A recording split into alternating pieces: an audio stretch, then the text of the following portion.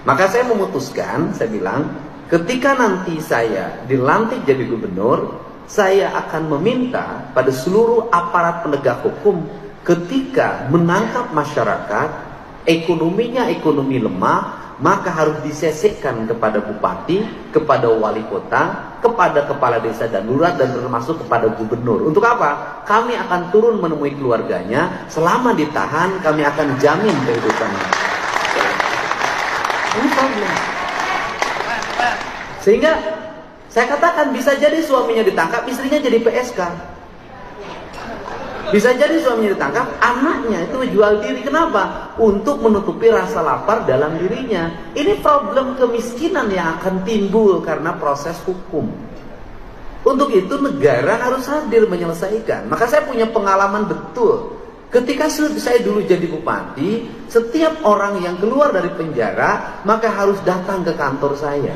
Kenapa? Karena dia ketika pulang, satu, istrinya bisa jadi sudah kawin lagi. Yang kedua, bisa jadi keluarganya tidak menerima. Yang ketiga, kalau di LP dia dikasih makan, di rumah belum tentu dia mendapatkan makan. Maka negara harus memberikan rasa terang ketika dia keluar dari penjara. Ini problemnya. Sehingga saya pikir Pak Wamenko ini bisa mendorong gagasan baru. Kita bukan hanya sibuk di beras, kita bukan hanya sibuk di bantuan subsidi BBM, tetapi di sebuah negara seperti Indonesia kita harus sibuk dengan apa? Dengan problem sosial. Tadi pagi ibunya dari salah satu terpidana seumur hidup, Sudirman, meninggal dunia.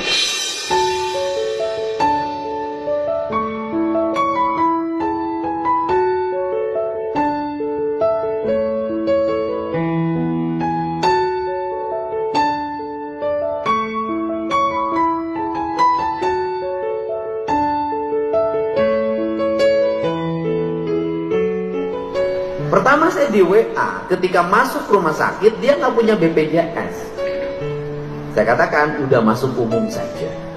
Setelah itu dikasih kabar meninggal, saya udah tahu ketika orang meninggal, ketika masuk rumah sakit dia pusing dari mana uang untuk masuk rumah sakit. Ketika meninggal dia pusing lagi, biaya angkut jenazah dari rumah sakit ke rumah berapa, biaya mengafani berapa, biaya menguburkan berapa, biaya selamatan orang bilang sadungnya berapa, biaya tahlilan berapa, biaya 7 hari berapa, biaya 40 hari berapa. Maka depresi itu akan melanda orang yang miskin. Semua peristiwa adalah rasa sakit. Untuk itu saya termasuk orang yang concern terhadap ini. Akan dua hal yang akan dilakukan ke depan. Yang pertama, perlindungan orang dari aspek asas praduga tak bersalah bagi masyarakat miskin yang mengalami proses penangkapan atau tuntutan pidana atau tuntutan perdata dari sebuah hal yang dihadapi. Yang kedua adalah memberikan perlindungan hukum bagi seluruh warga agar dia tenang.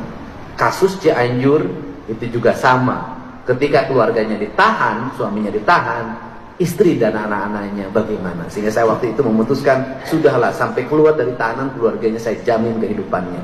Ini banyak kasus seperti ini. Yang berikutnya adalah kasus yang paling menonjol hari ini, foto adalah hak atas tanah.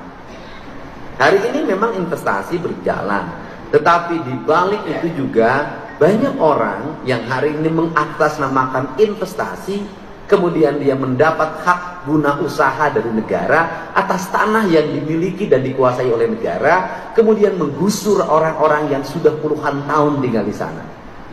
Itu juga problem baru lagi. Kenapa? Ketika mereka digusur dari tempat tinggalnya, mereka harus pergi kemana? Di situ bernegara berlaku tidak adil. Orang yang baru datang mendapat hak pengelolaan, orang yang puluhan tahun tinggal di sana terusir. Ini problem. Mungkin bukan hanya di Jawa Barat, di berbagai tempat.